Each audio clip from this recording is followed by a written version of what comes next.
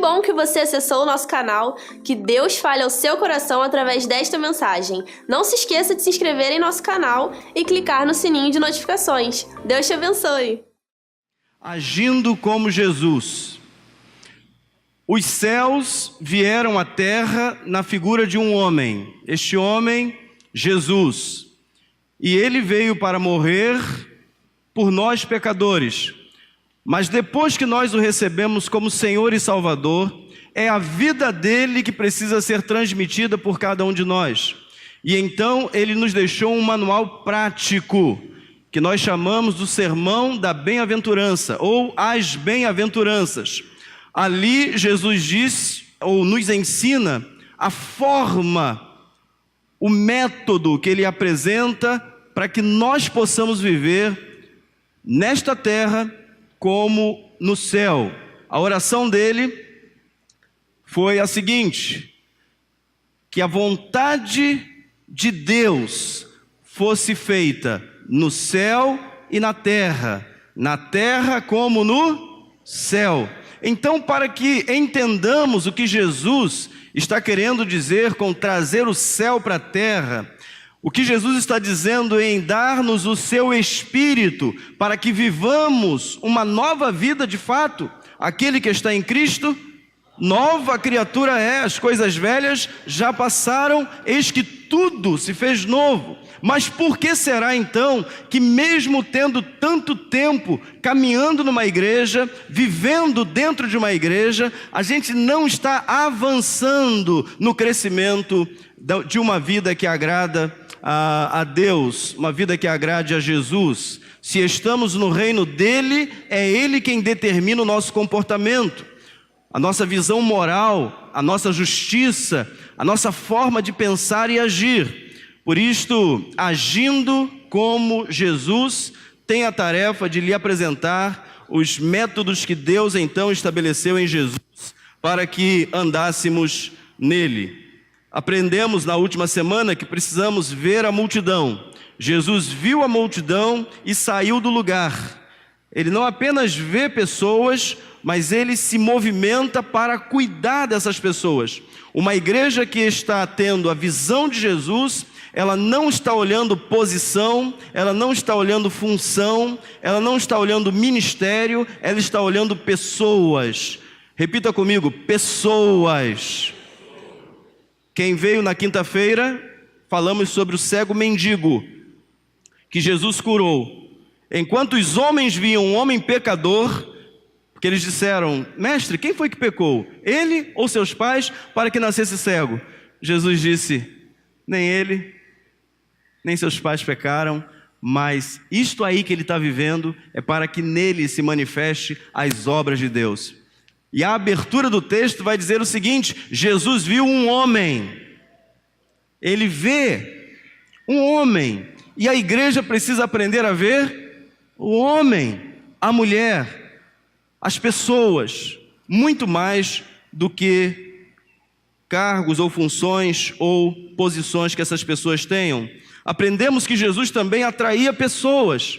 Ele atraía pessoas, ele era simpático às pessoas, o olhar dele atraía as pessoas. Igreja Viva atrai pessoas, ela se importa com as pessoas.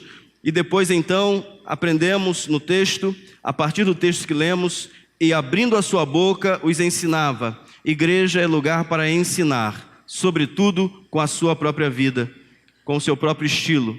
Por isso nós precisamos mais e mais sermos parecidos com Jesus, para que então, parecidos com ele, o mundo possa viver e andar de acordo com o céu.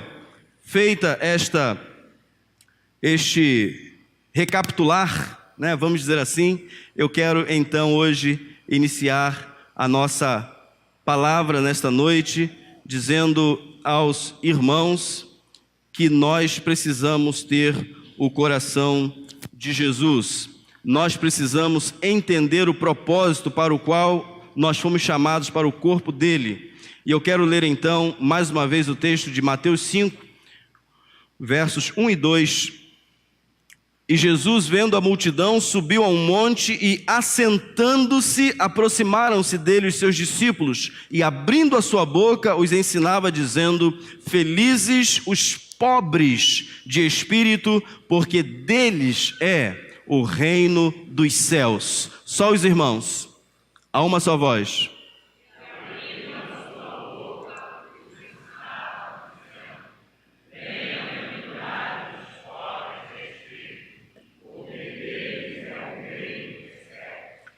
Imaginem um jovem com pouco mais de 30 anos observar uma multidão, demonstrando ampla visão do todo, subir um monte como plataforma, não um templo ou sinagoga, mas simplesmente saiu do lugar confortável, subiu para ter uma visão mais ampla e enxergar a todos e ser visto por todos.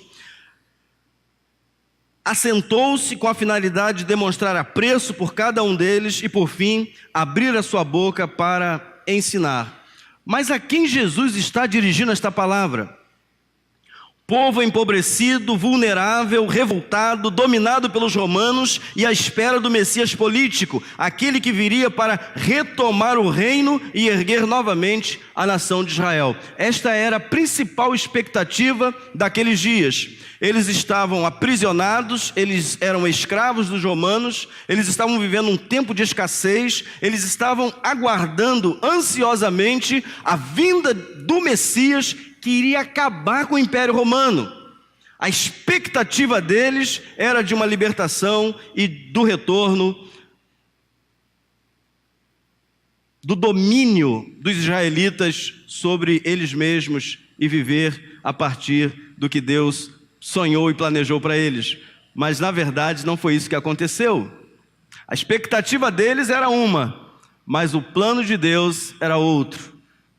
E às vezes você e eu estamos caminhando numa igreja pensando que as coisas que supririam as nossas expectativas vão ser realizadas num abrir e fechar de olhos, num estalar de dedos, quando na verdade a nossa vida cristã, ela é tão cheia de percalços, dificuldades, problemas e crises, tanto quanto as pessoas que estão vivendo lá fora. Pastor, eu aceitei a Jesus e minha vida virou de cabeça para baixo. Não estou entendendo nada. Eu estava melhor lá fora. Não. Deus está ajustando a sua vida. Tenha calma e paciência. A sua vida estava desorganizada e agora Ele tomou o controle da sua vida. Ele agora que está agindo e Ele vai te conduzir em segurança para o lugar onde Ele deseja que você esteja. O nosso Deus não lança dardos. A expectativa dos ouvintes provavelmente era nacionalista, uma resolução, uma liderança que os levasse a vencer os romanos e etc. Porém, não foi isso que eles ouviram daquele jovem, filho do carpinteiro de Nazaré, Jesus, aquele que atraía as multidões. Quando Jesus abriu a boca para ensinar, ele disse: felizes os pobres de espírito, porque deles é o reino dos céus. A expectativa era um reino terreno, reestruturar Israel a partir de um reino político. Mas Jesus vem falar de um reino que é maior e eterno do que qualquer reino desta terra, passageiro que é. Às vezes nos aproximamos de Deus para resolver questões do hoje, e Jesus quer te dar algo que seja eterno, duradouro, para sempre. Então mude também a sua expectativa com relação a seguir a Jesus. Ele disse que você deve se negar, ele disse que você deve tomar a sua cruz diariamente e segui-lo. Você não determina mais nada, é Ele quem diz a direção. Você não sonha mais nada, o sonho dele precisa entrar no seu coração. Você não tem mais domínio sobre as coisas que vão acontecer e você vai aprender a descansar nele. Quem aqui está enfrentando lutas? Levanta a mão assim bem alto. Lutas. Mas Jesus disse na palavra que nele somos mais do que vencedores. Venceremos. A vitória já está garantida.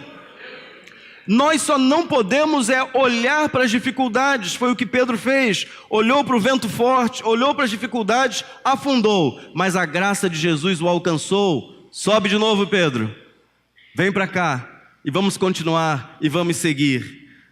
Que contramão, que surpresa, que ensino é esse? O que ele está dizendo? Não era isso que esperávamos. Esse não pode ser o Messias. Nossa expectativa era outra. Esse jovem não serve aos nossos intentos.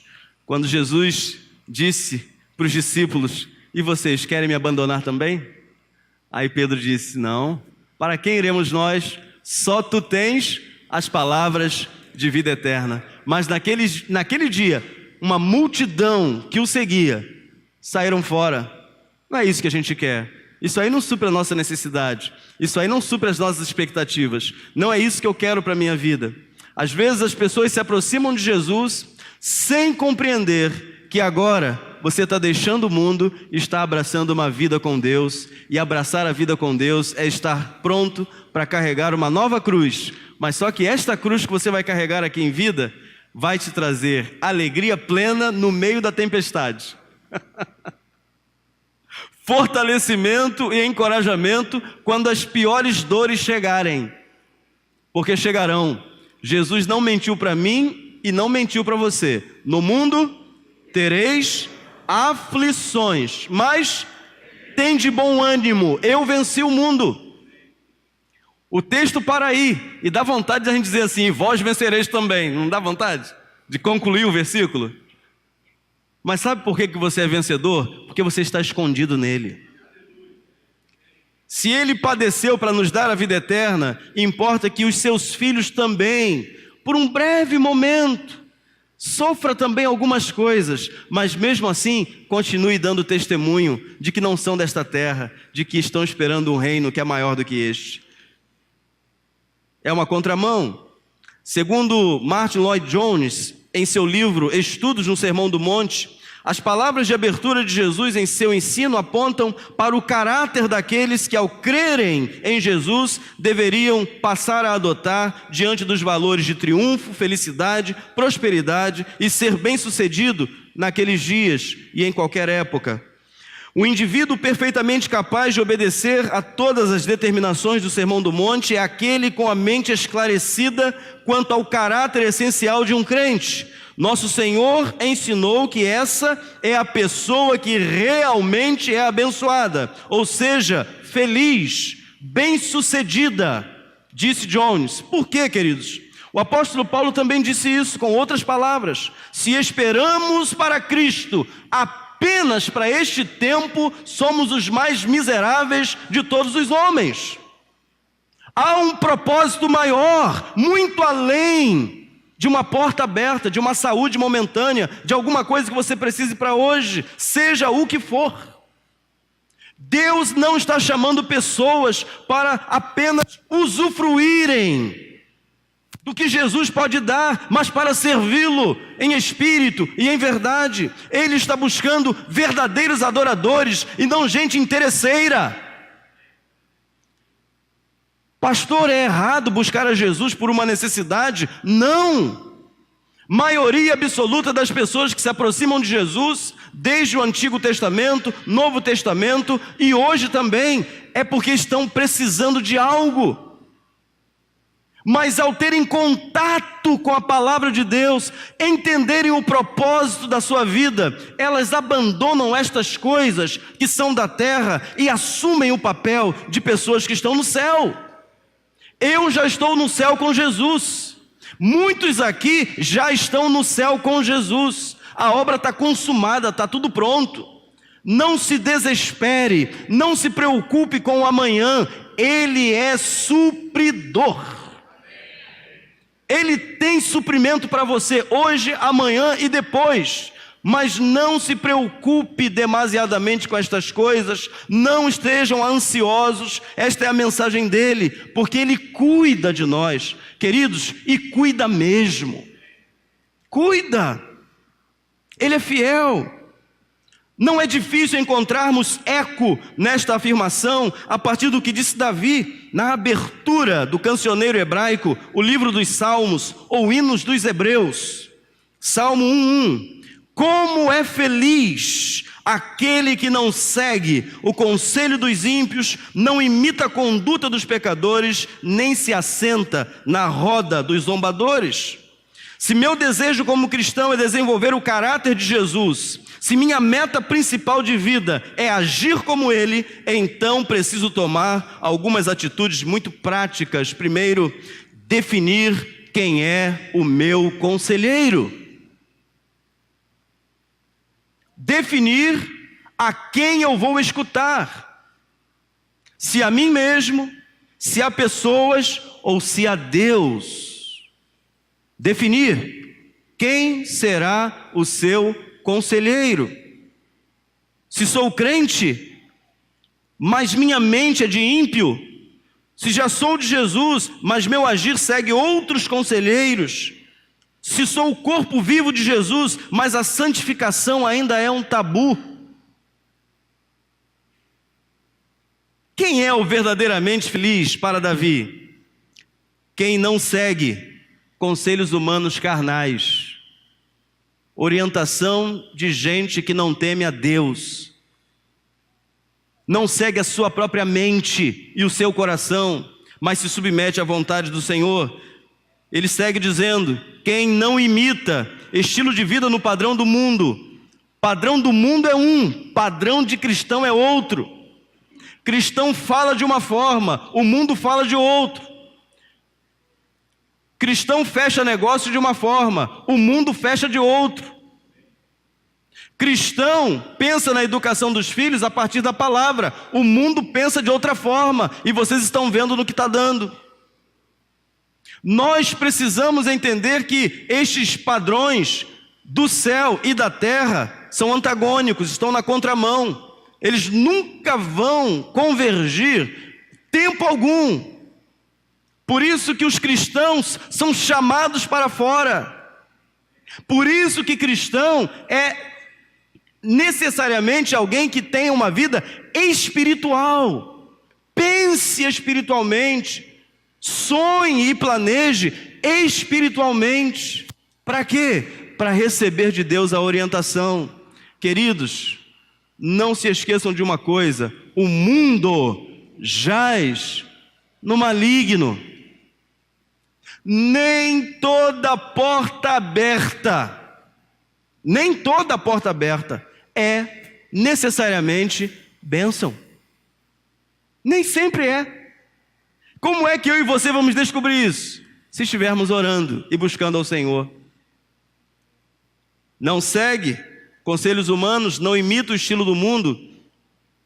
Eu gosto muito de Romanos 12, né? Romanos 12:1. Rogo-vos, pois, irmãos, pela compaixão de Deus, que apresenteis os vossos corpos como sacrifício vivo, santo e agradável a Deus, que é o vosso culto racional, e não vos conformeis com este mundo, mas transformai-vos pela renovação da vossa mente ou do vosso entendimento. Tem que ter renovação de mente. Você é uma nova criatura.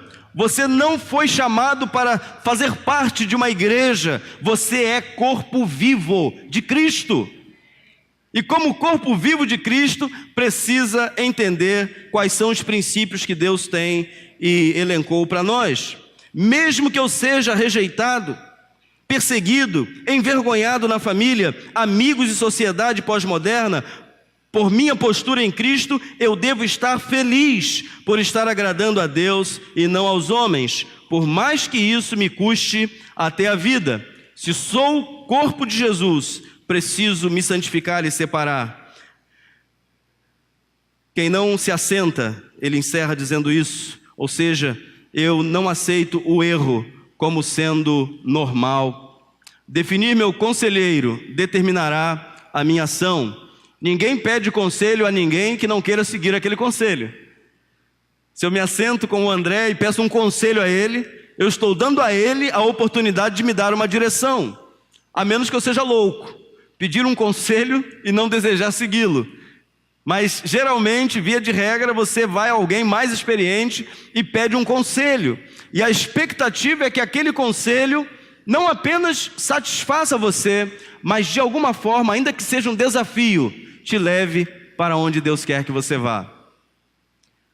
Definir quem é o seu conselheiro, definir a quem você vai ouvir, ou quem você está ouvindo, vai determinar. Se você ouvir muitas mensagens de Deus no meio da semana, toda esta palavra, tudo isso, toda essa ministração sadia, que vem da parte de Deus, vai encher a tua mente, vai tomar o seu coração e vai determinar as suas ações. Se você faz o contrário, só música do mundo. A gente usa essa expressão, né? Música do mundo, né? Mas nós estamos no mundo, né? Então a maioria das canções realmente estão aqui, não tem como você fazer de outra forma. Mas existem músicas que agradam a Deus, exaltam o nome de Deus e são de gente realmente cheia do Espírito Santo. Estas canções vão edificar a sua vida. Ao passo que há um grupo imenso de pessoas, também com belíssimas vozes, com um talento extraordinário, mas não são gente que vai encher a sua mente das coisas de cima, vai encher a sua mente das coisas de baixo. Quando essas pessoas começam a aconselhar você, quando essas pessoas começam a ser amadas por você, quando essas pessoas começam a ter uma ascensão, uma ascendência sobre a sua vida, amanhã você vai estar agindo exatamente como eles pensam, como eles agem, como eles fazem. E daqui a pouco você, por causa da influência lá de fora, você vai começar a achar que as canções, não, canção de igreja é muito... as canções da igreja são... As canções da igreja, você já pensou assim? E nem pense. A canção que o apóstolo Paulo cantou lá naquela masmorra, lá naquela prisão, teve o poder para destruir todo aquele ambiente de prisão. Sabe por quê? Porque era a canção do céu. Canção do céu. A canção do céu é diferente da canção do mundo. Embora tenha beleza, embora tenha estética, embora seja muito bem bolado, um aparato tremendo, mas elas não fazem diferença no seu coração e na sua mente para transformar você. Escolha melhor os seus conselheiros, determinem melhor a quem vocês vão ouvir, porque se a fé vem pelo ouvir, eu posso garantir a você que tudo que você ouve acaba determinando muitas ações que você toma, e às vezes toma inconscientemente, porque a música penetra a nossa mente, penetra o nosso coração. Se meu desejo como cristão é desenvolver o caráter de Jesus, se minha meta principal de vida é agir como Ele, então preciso tomar uma segunda atitude: definir o manual que me guiará. Se Davi disse que feliz é aquele que não anda, que não segue, que não se assenta na roda dos escarnecedores, mas antes tem o seu prazer aonde? Na lei do Senhor. E na sua lei medita de dia e de noite, ininterruptamente. Ele não para de pensar, ele não para, ele não deixa um minuto sequer. Ele está envolvido com a palavra. Esse vai ser feliz. Não diz que vai ser rico, não. Não diz que vai ter iate, não. Ele vai ser feliz de verdade. De verdade. Ao contrário, sua satisfação está na lei do Senhor, e nessa lei medita dia e noite. Para agir como Jesus, eu preciso conhecer sua vontade para a minha vida. Para atingir o grau que lhe agrada, eu devo aprender muito mais sobre Ele e menos sobre mim mesmo. A ação de Jesus precisa ficar latente em nós, muito mais do que nós mesmos. É olhar um para o outro e dizer assim: você foi transformado. Olha, eu te conheci antes de você se tornar um cristão, você é outra pessoa. Quem já ouviu isso? Já ouviu isso? É isso.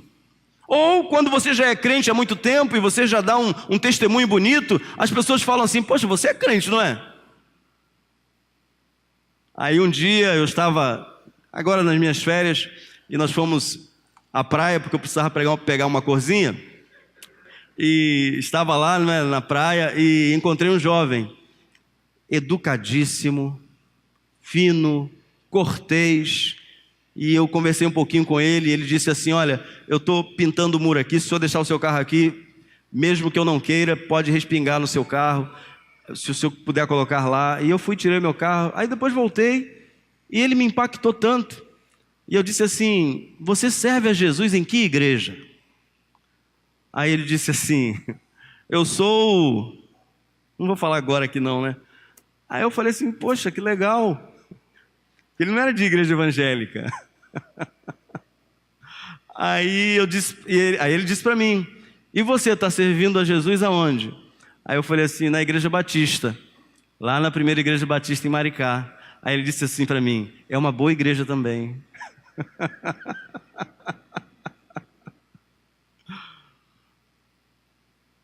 Existia um brilho diferente nele. Ainda que ele não estivesse no mesmo que a gente imagina, Deus está agindo na vida dele. Quase que eu chamei ele de irmão.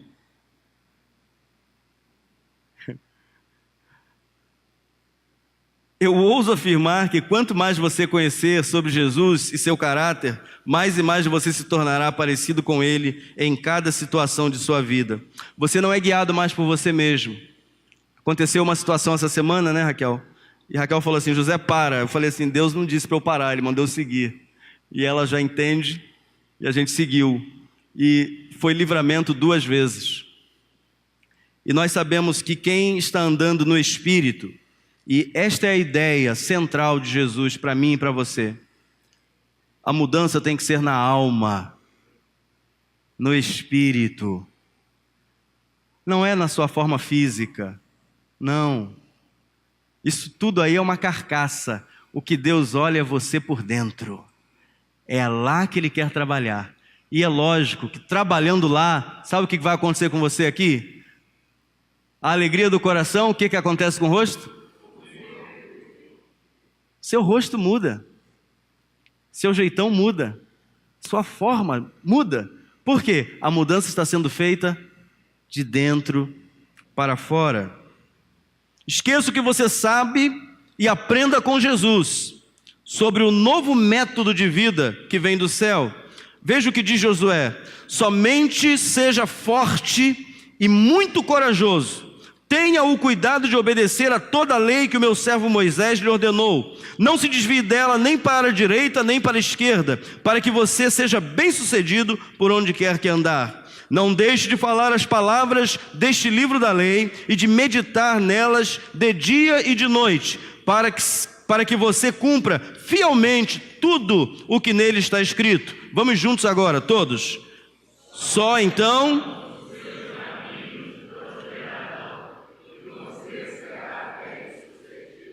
Só então os teus caminhos, o quê? Quem está querendo prosperidade que vem do céu? Palavra. Dia e noite. Não se desvie nem para a direita nem para a esquerda. E Deus fará o seu caminho próspero e você será bem-sucedido. Davi disse exatamente isto: antes tem o seu prazer na lei do Senhor. Estes são os verdadeiramente felizes. Ninguém quer ter uma vida triste. Ou quer? Não. Nós queremos ter uma vida feliz, próspera, abençoada. Só que a gente quer nas coisas do mundo. Só que a gente quer que o mundo responda a essa necessidade que temos. Mas ainda que você tenha muito dinheiro, ainda assim você poderá tirar a sua vida por causa de uma depressão. Não é o que a gente mais vê? Gente que tinha tudo para saltar, pular, rir de tudo, cheio de dinheiro no banco, cheio de sítios, cheio de tudo, mas também cheio da vida e com um vazio que não tem mais tamanho dentro do coração, porque não tem o que eu e você temos com um salário, 2 salários, 1,5 salário, sem salário. Obedecer a palavra de Deus, você será bem-sucedido. Meditar na palavra de Deus lhe torna fiel à vontade de Deus. Obediência mais meditação na palavra, seus caminhos prosperarão e você será bem-sucedido. Mas não pode sair da estrada das maravilhas de Deus. Sua satisfação está na lei do Senhor e nessa lei medita dia e noite. Estes são os verdadeiramente felizes diante de Deus. Mas Jesus disse, felizes são os pobres de espírito. Ou em algumas versões, humildes de espírito. O que Jesus quis dizer com esta frase? Quem são os pobres ou humildes de espírito? O termo grego anue, neste sentido do texto antigo, seriam os servos, aqueles que são suscetíveis à ordem do seu mestre, que se encurvam perante ele. No sentido natural, são como plantas que se inclinam quando o vento passa, sendo guiadas na direção que o vento soprar. Ruá, além de significar espírito, também significa vento. É outro termo grego, ruá. Neste sentido, o vento pode curvar as plantas, fazê-las se inclinarem na direção que ele estiver. Digo, hebraico. Agora, através da revelação de um dos fragmentos dos manuscritos do Mar Morto, podemos entender a totalidade do significado que Jesus estava expressando ao dizer, bem-aventurados os humildes de espírito. Ele estava ensinando que esses humildes de espírito são aqueles que se inclinam à vontade do Espírito, que obedecem à vontade de Deus de forma tão natural quanto a relva que se inclina na direção que o vento assoprar. Deus manda e eles simplesmente obedecem, porque são humildes. Quantas vezes eu e você lemos um texto bíblico, é um desafio para nós e a gente endurece ao invés de se curvar, ao invés de obedecer. Quantas vezes escolhemos o caminho mais difícil quando Deus só deseja que a gente se renda a Ele, confie nele e espere nele. Assim sendo, os humildes de espírito são os servos obedientes em tudo a seu Senhor, e que no contexto do ensino de Jesus é aquele que obedece à voz do Espírito em tudo que ele ordena. Quer ser feliz de verdade? Quer ser bem-sucedido?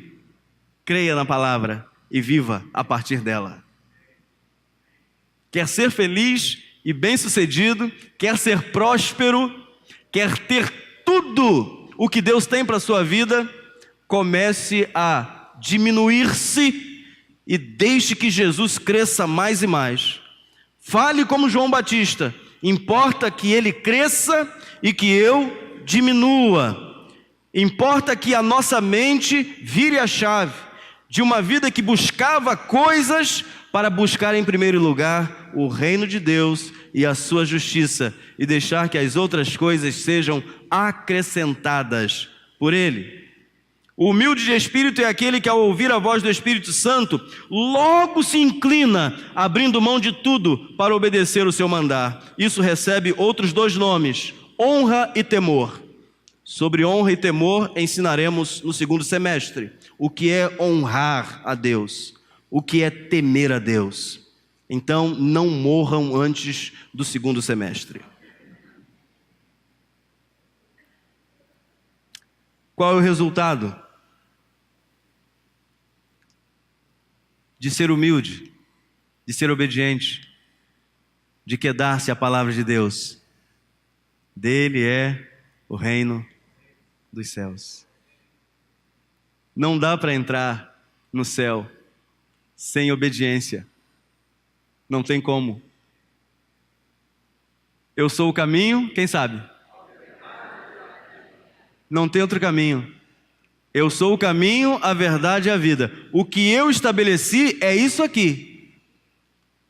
Quer ser bem-sucedido? É isso aqui. Falamos isto aos que creem, aos que já estão no caminho, para não se desviarem. Mesmo quando as situações apertarem de tal forma, creiam em Deus, Ele vai trazer livramento. Mesmo quando as coisas penderem para perda total, creiam que Ele está no domínio e no controle, não se mova nem para a direita nem para a esquerda, não negocie a sua fé, Ele vai agir. Já agiu na sua vida, sim ou não? Vai continuar agindo na vida de quem crê. O reino dos céus é para estes homens e mulheres moldados pelo Espírito manso e obediente de Jesus. Mateus 11:29. Tomai sobre vós o meu jugo e aprendei de mim, que sou manso e humilde de coração, e encontrareis descanso para as vossas almas. A Bíblia que eu leio, a Bíblia que eu creio, nunca vai prometer o que Jesus jamais prometeu.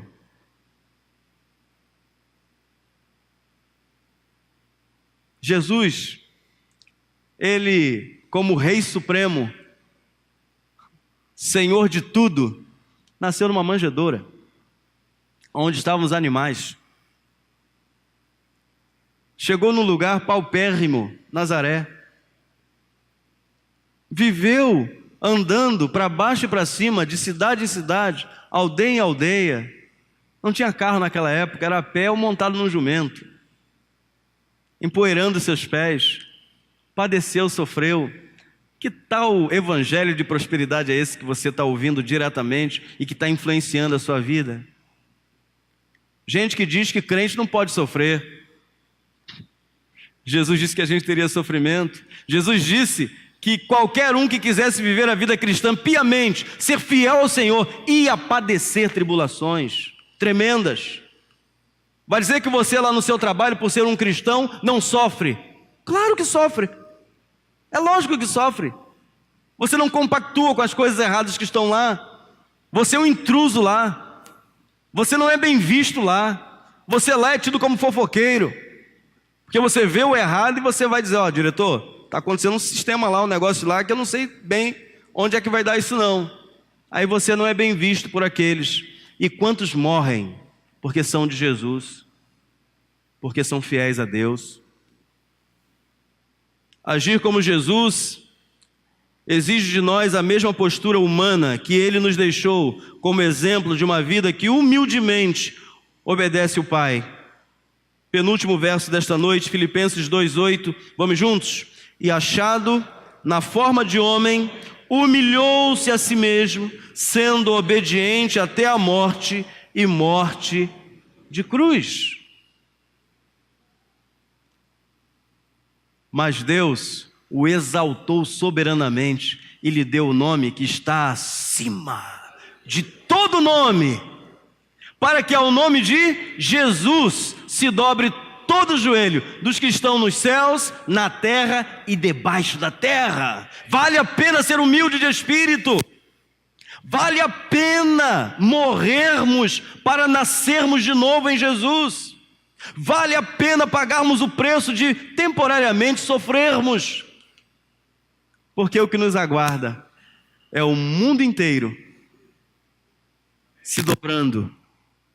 Você já viu lá em Apocalipse, quando os cristãos estão de pé, vestidos de branco, milhares e milhares, tem os 144 mil, mas depois João viu uma multidão incontável. Nós estamos ali. Ninguém aqui está nos 144, sabe por quê? Tem duas coisas lá que a gente não tem como estar lá nos 144. Número 1, talvez aqui, né, e certamente temos, algumas pessoas virgens, ok, mas que nunca tenha mentido é complicado, né? Porque nos 144 mil são virgens, ou seja, são eunucos, se prepararam completamente para Deus e só servem a Deus e nunca mentiram.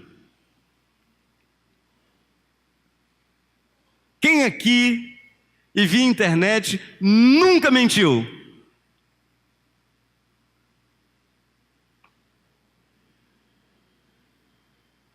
Então nós não estamos nos 144, mas estamos na grande multidão,